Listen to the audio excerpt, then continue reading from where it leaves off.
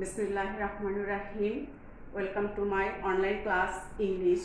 Dear students and viewers, Assalamu alaikum everybody. I am Shahzadi Begum, Assistant English Teacher, Jinjira PM Pilot, Girls High School. Dear learners, today I am taking class 7, 8, 9 and 10 subject English second paper about voice change. Dear learners, in the previous class, I discussed about active voice with double object, active voice with factitive object, active voice with reflexive object. Dear learners, today I discuss active voice with modal auxiliary verb and quasi-passive voice. So, let's start. Okay, dear learners, rule 7 active voice modal auxiliary verb গুলো কি সেটা আমরা একটু দেখে নেই। তোমরা একটু লিখে নাও খাতায়, তা নাহলে মনে থাকবে না। Can, could, may, might, must, going to, use to, is to, are to, have to, has to, have to ইত্যাদি থাকলে প্যাসিভ ভয়েস করার সময় এদের সাথে বিই বসে। তোমরা জানো যে এর আগের ক্লাসে বলেছি যে সাবজেক্টে প্যাসিভ করার সময় যখন আমরা অবজেক্টকে সাবজেক্ট করি তারপর টেন্স অনুযায়ী অক্সিলারি ভার্ব বসে, কিন্তু অ্যাক্টিভ ভয়েসে যদি মডাল অক্সিলারি ভার্ব থাকে তাহলে প্যাসিভ ভয়েসে আর নতুন করে অক্সিলারি ভার্ব ব্যবহার করতে হয় না। এই মডাল অক্সিলারি ভার্বের সাথে বি বসিয়ে দিলে হয়ে যায়। তাহলে আমরা এটা করি, দেখো এখানে we should love our country, we should love our country. এখানে subject we, should modal auxiliary, love verb, our country object, তাই না? আমরা কি করব, অবজেক্টকে সাবজেক্ট করব। Our country, our country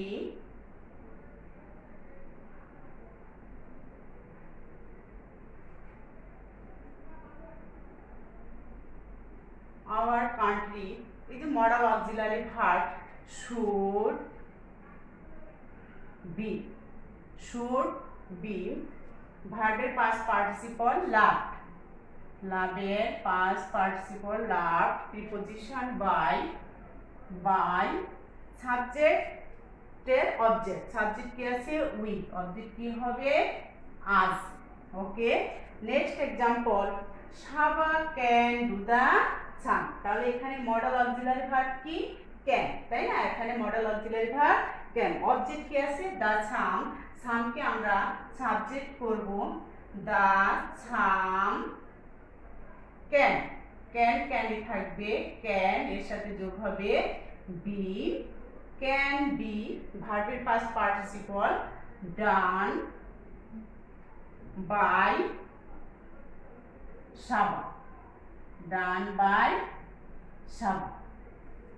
Okay, dear learners, তাহলে আজকে আমরা মডাল অক্সিলারি ভার্বের ব্যবহারটা শিখলাম যে মডাল অক্সিলারি ভার্ব যদি অ্যাক্টিভ ভয়েসে থাকে তাহলে আমরা কি করব, মডাল অক্সিলারি ভার্বের সাথে প্যাসিভ ভয়েস করার সময় বিই যোগ করে দিব।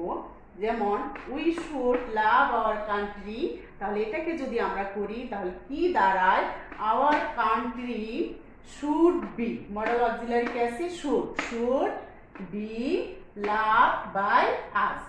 সাবা ক্যান ডু দা সাম, এখানে ক্যান মডাল অক্সিলারি, তাই না? মডাল অক্সিলারি, এই জন্য নতুন করে এখানে আর অক্সিলারি ভার্ব আমাদের ইউজ করতে হবে না, শুধু ক্যানের সাথে বি বসায় দিলে হয়ে যাবে। তাহলে দেখো সেন্টেন্সটা কি দাঁড়ায়, the sum can be, do এর past participle done, preposition by, subject কি আছে সাবা, অবজেক্ট সাবাই হবে, সাবা। ওকে ডিয়ার লার্নার্স, আমরা এখন কোয়াসি প্যাসিভ নিয়ে আলোচনা করব। এটাকে কেন কোয়াসি প্যাসিভ ভয়েস বলা হয়, তাই না? কোয়াসি প্যাসিভ মানে প্যাসিভের মতো, এটার অর্থগত দিক থেকে প্যাসিভের মতো হলেও গঠনগত দিক থেকে এটা কি অ্যাক্টিভ ভয়েস, অ্যাক্টিভ ভয়েস থেকে প্যাসিভ ভয়েস করতে হয়, কিন্তু অর্থের দিক থেকে এটাকে প্যাসিভ ভয়েস বলা যায়, তাই না? কিন্তু গঠনগত দিক থেকে এটা অ্যাক্টিভ ভয়েস এবং অ্যাক্টিভ থেকে প্যাসিভ ভয়েস পড়তে হয়, তাই না? তাহলে এই কোয়াসি প্যাসিভ ভয়েসকে আবার দুই ভাগে ভাগ করা যায়। সেটা হলো দেখো quasi passive with complement.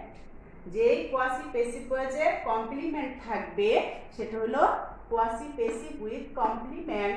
Quasi আরেকটা হলো কোয়াসি প্যাসিভ উইদাউট কমপ্লিমেন্ট, যেখানে কমপ্লিমেন্ট থাকবে না। Dear learners, quasi passive with কমপ্লিমেন্টকে প্যাসিভ করার নিয়ম অ্যাক্টিভ থেকে।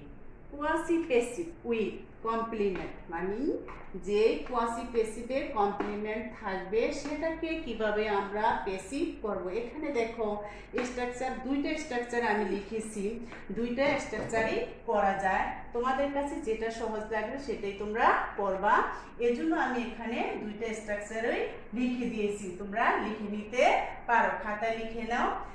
নাম্বার 1 দেখো সাবজেক্ট প্লাস এ বি, মানে এতে অক্সিলারি ভিতে verb plus complement plus when it is plus ভার্বের past participle B3। Structure 2 subject plus auxiliary verb plus B3 plus complement. আমরা এই এক্সাম্পলগুলো করি, দেখো the rose smells sweet, rose smells sweet. এখানে দেখো রোজ কি সাবজেক্ট, স্মেলস ভার্ব, আর সুইট কি কমপ্লিমেন্ট। সুইটকে আমরা কি বলবো কমপ্লিমেন্ট বলবো। তাহলে আমরা এক নম্বর স্ট্রাকচার অনুযায়ী যদি আমরা এটা করি তাহলে কি দাঁড়ায় সেটা দেখো। সাবজেক্ট, সাবজেক্ট কি আছে দ্য রোজ, দ্য রোজ। এ বি কোন টেন্সে আছে দেখো প্রেজেন্ট ইনডিফিনিট টেন্সে আছে, তাহলে এখানে অক্সিলারি ভার্ব কি বসবে is. The rose is complement, complement কি আছে সুইট, কমপ্লিমেন্ট আছে sweet. Complement when it is, when it is। Verb কি আছে smells, smells এর past participle কি হবে smelt, smelt।